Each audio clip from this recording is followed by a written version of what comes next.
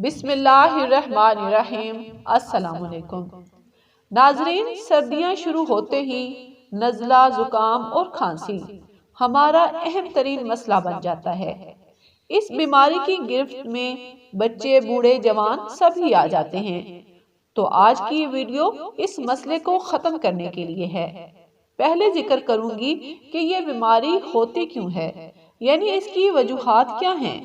پھر کچھ گھریلو نسخے بتاؤں گی جس سے آپ گھر میں ہی بآسانی اس کا علاج کر سکتے ہیں۔ اس لیے اس ویڈیو کو آخر تک ضرور دیکھیے گا اور اگر مناسب سمجھیں تو سبسکرائب بھی کر دیں۔ ناظرین، ضروری نہیں کہ نزلہ زکام سردیوں میں ہی ہو، یہ گرمیوں میں اور زیادہ تر موسم بہار اور خزاں میں ہوتا ہے، کیونکہ جن لوگوں کو الرجی ہوتی ہے وہ درمیانی موسم میں ہوتی ہے، جب نئی کونپلیں پھوٹ رہی ہوتی ہیں۔ کچھ لوگوں کو ڈسٹ الرجی بھی ہوتی ہے، ذرا سی ڈسٹ کا سامنا کرنا پڑا تو نزلہ اور زکام شروع ہو جاتا ہے۔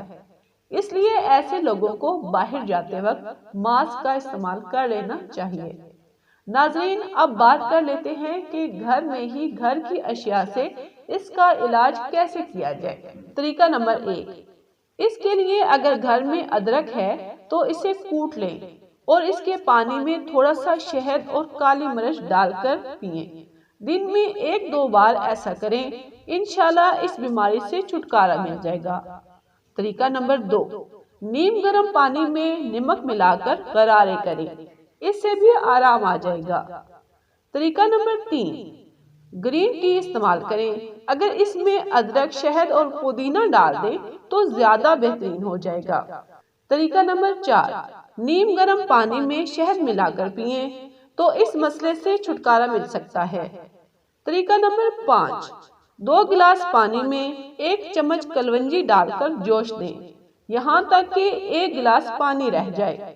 تھوڑا سا ٹھنڈا کر لیں، اتنا کہ آپ اس سے کلی کر سکیں۔ دن میں 3 بار ضرور کلونجی کے پانی سے کلی کریں۔ کلونجی کے پانی میں شہد ملا کر پینے سے بھی نزلہ زکام سے آرام مل جاتا ہے۔ لیکن ناظرین، ایک بات کا ضرور خیال رکھیں کہ عام پینے میں بھی نیم گرم پانی استعمال کریں، اس سے آپ کو اندر کا ریشہ ختم ہوگا۔ کوشش کریں کہ نہ گرمیوں میں ٹھنڈا پانی استعمال کریں اور نہ سردیوں میں تو ہرگز نہ استعمال کریں، کیونکہ ٹھنڈا پانی کئی بیماریوں کی جڑ ہے۔ تو ناظرین، یہ تھی آج کی ویڈیو۔ ہمیشہ خوش اور صحت مند رہیں، اپنا اور اپنے اس چینل کا خیال رکھیے گا۔ اللہ حافظ۔